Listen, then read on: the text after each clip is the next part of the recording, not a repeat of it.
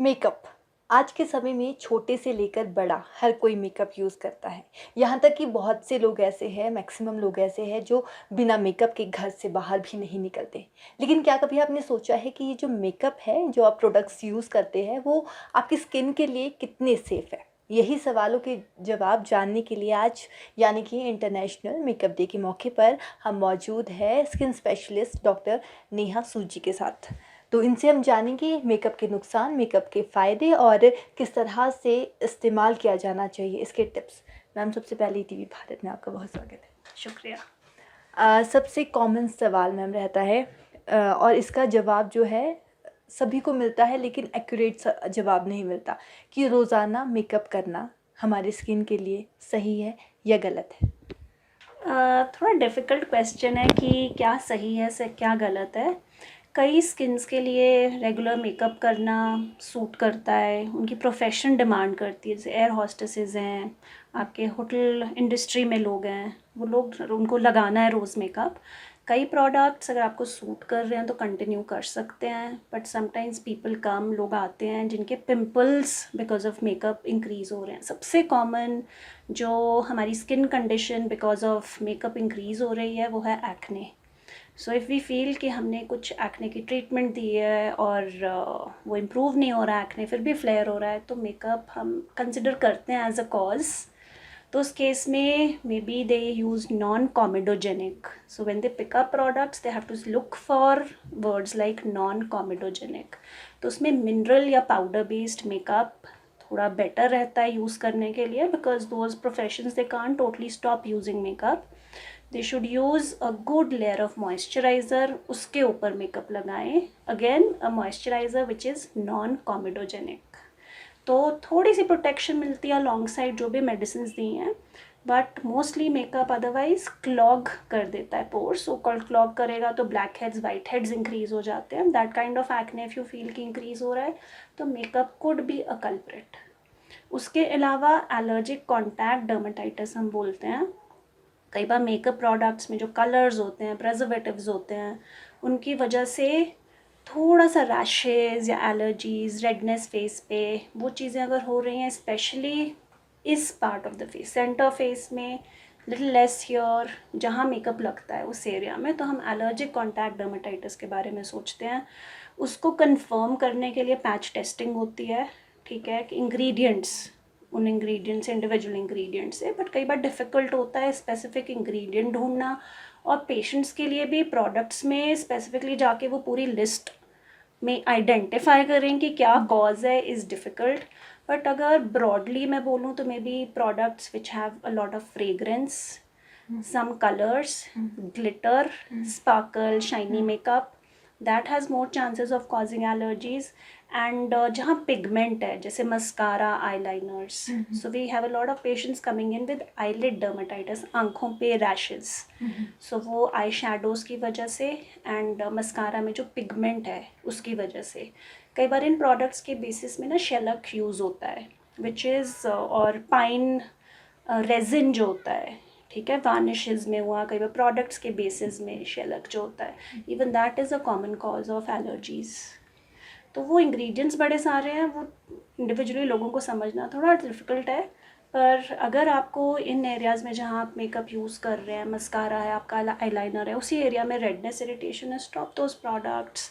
कई बार just makeup remove करने वाले जो आपके स्पॉन्जेस हैं, if you are using them very harshly, even those can cause rashes.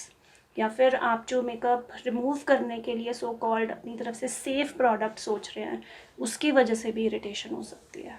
आपने मैम अभी एक्ने, पिंपल्स और पिगमेंटेशन का ज़िक्र किया।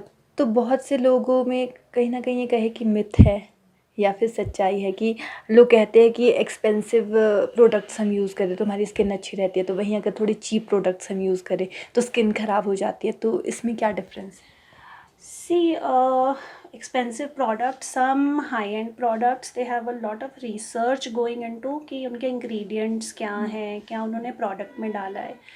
और लो एंड प्रोडक्ट्स में दे जस्ट नो कि ये डालना है, ठीक है। तो देर is a difference sometimes, not every time.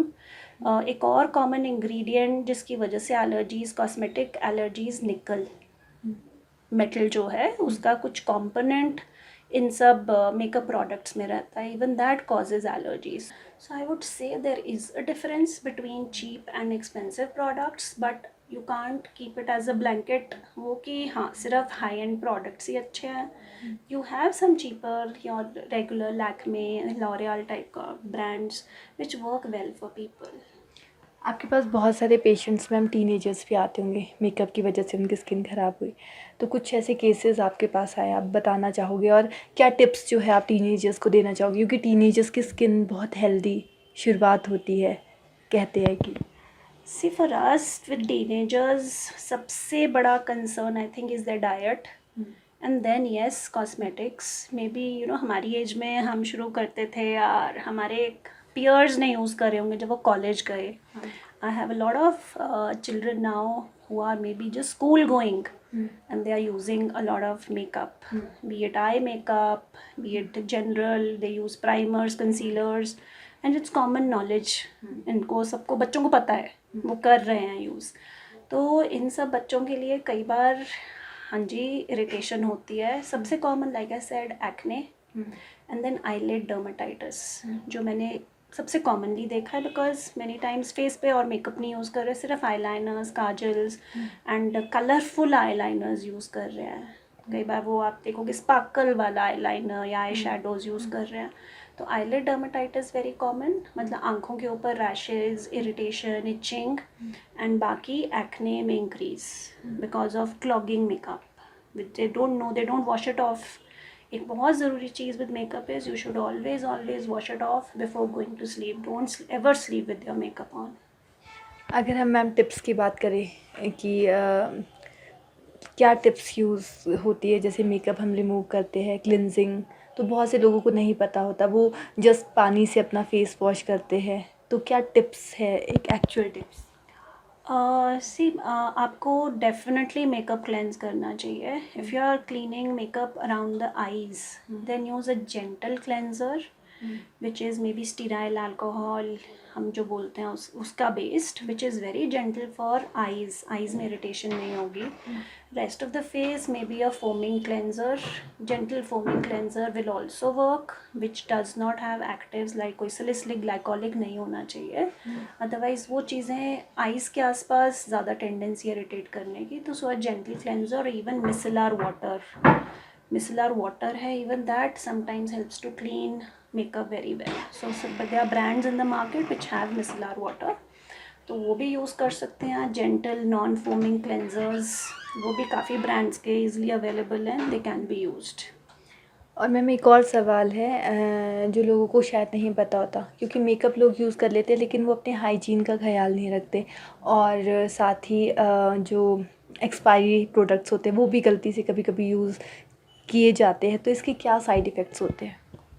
C generally जब people use products beyond expiry dates, you will see इस मौसम में सपोज जैसे भी मानसून वाला मौसम है, तो यू आपने अपना बहुत टाइम अगर मेकअप कोई प्रोडक्ट नहीं खोला, you will see a layer of that mould, वो ग्रीनिश सा एक लेयर आ जाता है. So you are getting that infected, not so good product on the skin, उससे एक्ने, रैशेज, पिम्पल्स, फॉलिकुलाइटिस ऐसी चीज़ें इंक्रीज हो सकती हैं.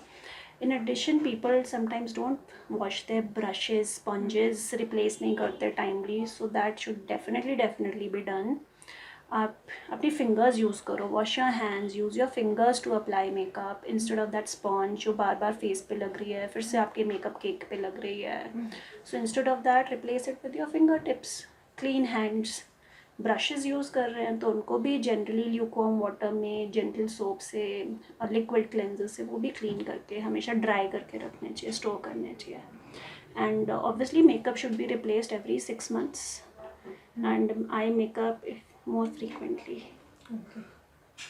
तो मैम आज यानी कि इंटरनेशनल मेकअप डे वाले दिन आप क्या मैसेज जो है लोगों को देना चाहेंगे जो रोज़ाना मेकअप यूज़ करते हैं या टीनेजर्स है, एक मैसेज आपकी तरफ से?